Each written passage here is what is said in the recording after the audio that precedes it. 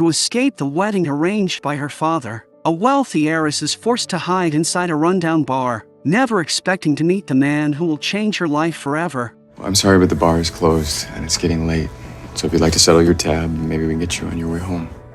The young woman is Samantha, the only daughter of international business tycoon Conrad Jameson. She never imagined that, to keep the company from falling into an outsider's hands, her father would promise her to a trusted subordinate he had personally promoted. Determined to defy her father's control, Samantha risks being cut off financially, gets into her luxury car, and leaves her privileged life behind. After driving for a while, she casually leaves her phone and car keys behind and sets off on an impulsive adventure. With nowhere in particular to go, Samantha follows a taxi driver's suggestion and arrives at a shabby little bar, where she starts drinking without restraint. Her expensive clothes and heavily intoxicated state soon catch the attention of the bar's young owner. After seeing off the last customer, Clay walks over to Samantha, only to find her openly flirting with him. You are so freaking hot. Clay is left speechless and urges Samantha to pay her bill, but then discovers that all of her cards have been frozen. It didn't work, did it? No. Do you have another form of payment you'd like to use? Samantha immediately realizes that her father must be behind it, but that leaves her with no way to pay. After refusing Clay's suggestion to call her family, the penniless and intoxicated Samantha suddenly throws herself into his arms. Clay is stunned, but seeing that Samantha can barely take care of herself, he reluctantly brings her back to his place, unaware that this will mark the beginning of their story. Before long, Samantha becomes sick from the alcohol, and Clay awkwardly holds back her hair. He helps her out of her soiled clothes, removes his own shirt, and helps her wash off the mess, finally allowing Samantha to slowly regain her senses. Clay never crosses the line. Instead, he helps Samantha change into clean clothes and gently carries her to bed. Then Samantha grabs his hand and asks him to stay. Thank you for taking care of me. But Clay refuses. The next morning, Samantha slowly wakes up in Clay's bed, with everything from the night before still painfully clear in her mind. After getting dressed, she finds Clay and apologizes, looking slightly embarrassed and guilty. Clay then brings up Samantha's father. Samantha, are you in some kind of trouble? Last night you said something about your dad cutting you off and... Samantha asks whether he has ever heard of the powerful Jameson family, leaving Clay stunned when he realizes that the woman standing before him is their only daughter. But by then, it is already too late. The runaway heiress has seemingly decided to cling to this trustworthy man, insisting on working at Clay's bar to repay what she owes from the night before. No matter how many times Clay refuses, Samantha tells Clay that her entire life has been controlled by her father. Her bank account may contain more money than she could ever count, but none of it represents the life she truly wants, and she refuses to marry a man she does not love simply to satisfy her father. She even begs Clay to let her sleep on his couch, promising that she will be so quiet he will hardly know she is there, leaving Clay completely caught off guard. After thinking it over again and again, he finally agrees to Samantha's request. But with a man and a woman living under the same roof, sparks are bound to fly. The moment Clay agrees, Samantha, who has already developed feelings for him, can no longer hide what is in her heart. Thank you, Clay. She pulls Clay into a passionate kiss, as if trying to make up for what did not happen the night before. But just as the moment becomes intense, Clay suddenly pushes her away. You are playing with the hottest kind of fire there is, Cupcake. Samantha does not understand what he means by calling her Cupcake and assumes that he is deliberately rejecting her. She tells Clay that she has spent her entire life being the perfect, obedient daughter, but now she only wants to follow her own heart. Even so, Clay rejects her again. From Clay's point of view, this could be nothing more than a wealthy girl's temporary act of rebellion, and he does not want Samantha to spend the rest of her life regretting it once the excitement fades. He asks his friend Katrina to take Samantha shopping for some new clothes, but when Samantha sees Katrina's small red car, she remembers the Maserati she abandoned. Even selling it would be enough to get her out of her current financial trouble. After the two women finish choosing her clothes, Samantha, the sheltered heiress, finally begins working to repay her debt. Katrina soon finds Clay and bluntly points out that he is paying Samantha far more attention than he admits. while also reminding him just how wealthy Samantha's family is. Well, when I picked her up, she was carrying a $3,000 Louis Vuitton purse. Clay froze, surprised by how observant Katrina was. Katrina warns him that a wealthy woman like Samantha may not be the right choice for him. Clay immediately pretends not to care, but his eyes never leave Samantha. Only after the bar closes does he finally walk over to her. Samantha laughs as she complains about all the awkward moments from her first day at work, but the thick stack of tips in her hand gives her the motivation to keep going. This is the first time she has ever experienced such an ordinary life. After Clay thoughtfully brings her dinner, Samantha repays him for the toiletries she bought earlier that day. To a little bit for incidentals, but if I make this much every night, I should have paid you back in no time. Clay does not care about the money. He simply listens as Samantha talks about the future, and he is stunned to discover that this incredibly wealthy heiress dreams of nothing more than becoming a baker. Clay found it interesting. Before he can say anything else, Samantha uses their time alone to climb onto his lap again. Touch me, Clay. She kisses Clay without holding back, but just as the moment becomes intense, he pushes her away once more. Samantha is left completely confused and can only say an awkward goodbye before turning away. She does not understand Clay's cautious concerns. She also fails to realize that the barrier between them is not just money, but the huge difference in their values and the social classes they were born into. Clay refuses to let his feelings become the result of a temporary impulse on Samantha's part. He watches her walk away in disappointment and collapses against the table in frustration. Afterward, he even moves his sleeping space into the office, deliberately creating distance between them. But he underestimates how persistent love can be. No matter how much he avoids her, Samantha never stops moving closer. After being rejected several times, she puts on a newly purchased seductive outfit and walks straight into Clay's office. She tells him plainly that 1 or 2 attempts might be impulsive, but choosing him again and again over time can only mean that her feelings are real. Her words finally break through Clay's defenses. He lets go of every concern and accepts her love. Their growing intimacy does not escape the notice of Clay's brother Levi.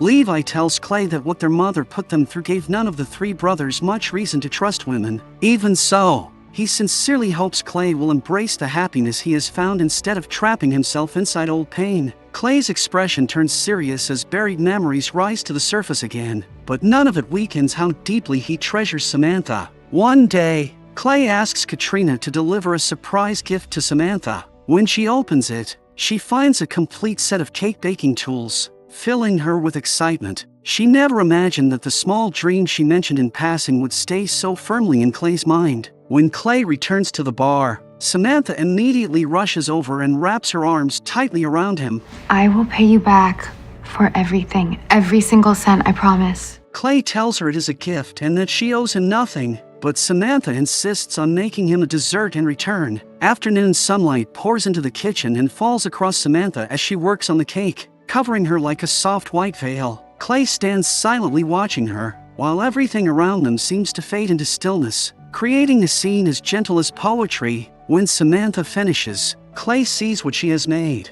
and his eyes suddenly widen as powerful emotions surge through him. Samantha has no idea what cupcakes mean to Clay and simply holds one up to his mouth. Clay finally reveals the painful past he has kept buried for years. His mother struggled with drug addiction, and Clay was forced to carry the family's burden at a young age, raising his 2 younger brothers by himself. During those dark and suffocating years, the beautiful cupcakes displayed in bakery windows were the only bright thing that ever felt within his reach. That is why he always calls Samantha Cupcake. She has become the beautiful light that now shines through the rest of his life. Samantha is heartbroken by what she hears. She kisses and embraces the man she loves, then stays by his side, slowly using warmth and affection to heal the wounds left by his past. But even the happiest days eventually face challenges. After thinking for a long time, Samantha seriously tells Clay about her plans. I don't want to work in a restaurant.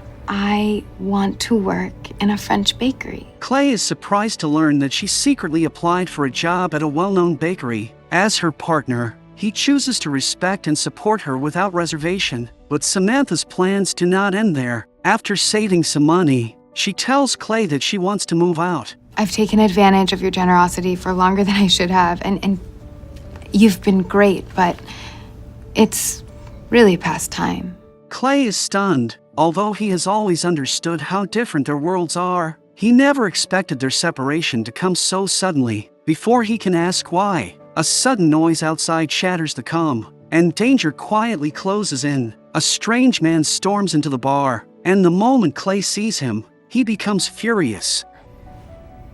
Got any way to greet an old friend? Get the fuck out of my bar!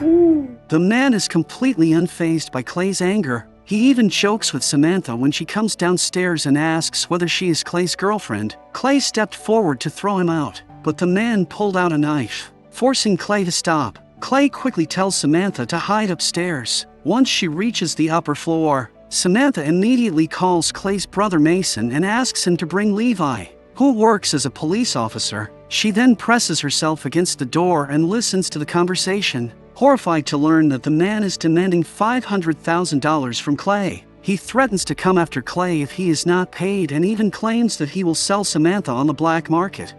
I should have killed you when I had the chance.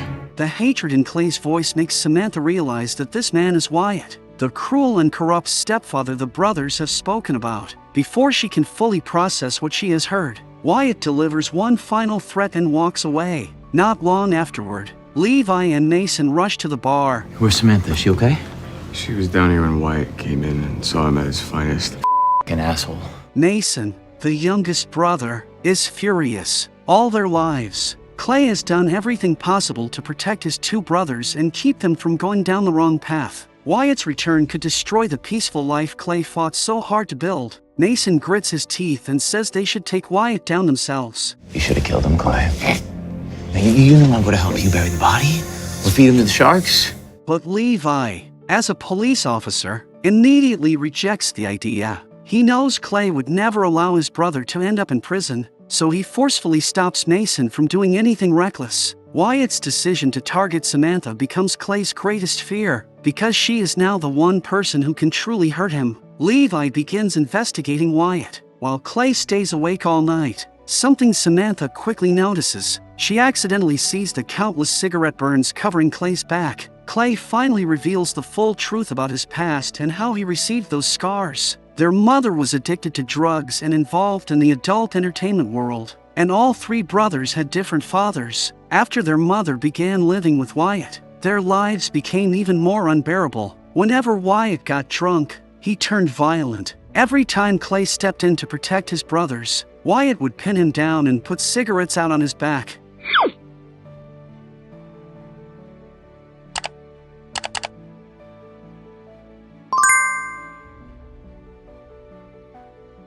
And the more I squirmed and cried, the more he pressed. Samantha is devastated by what she hears, and she also knows that the owner of a small bar could never produce $500,000 to protect the man she loves from further threats and harm. Samantha makes a painful decision without telling Clay. She chooses to return to her family. I'm going home. Clay stands frozen, unable to understand why the woman who fought so hard to escape control and pursue freedom would willingly return to the same prison.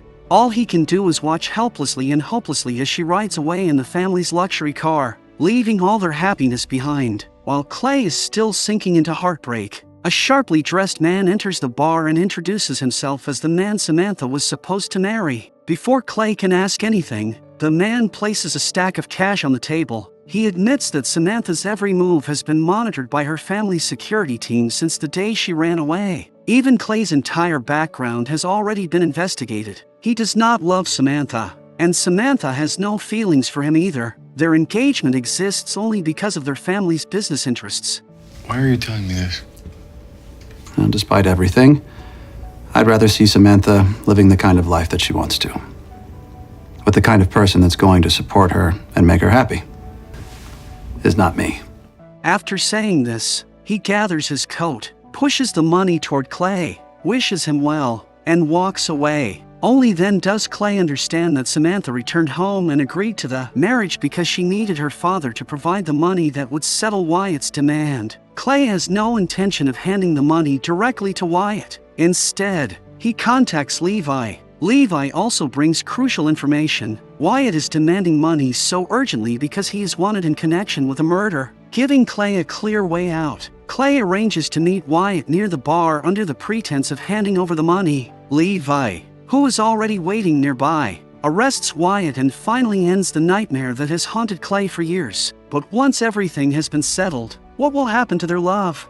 Looking at the thick stack of money, Clay finally gathers his courage and goes to see Samantha's father, asking him a question that has been on his mind. I don't need it.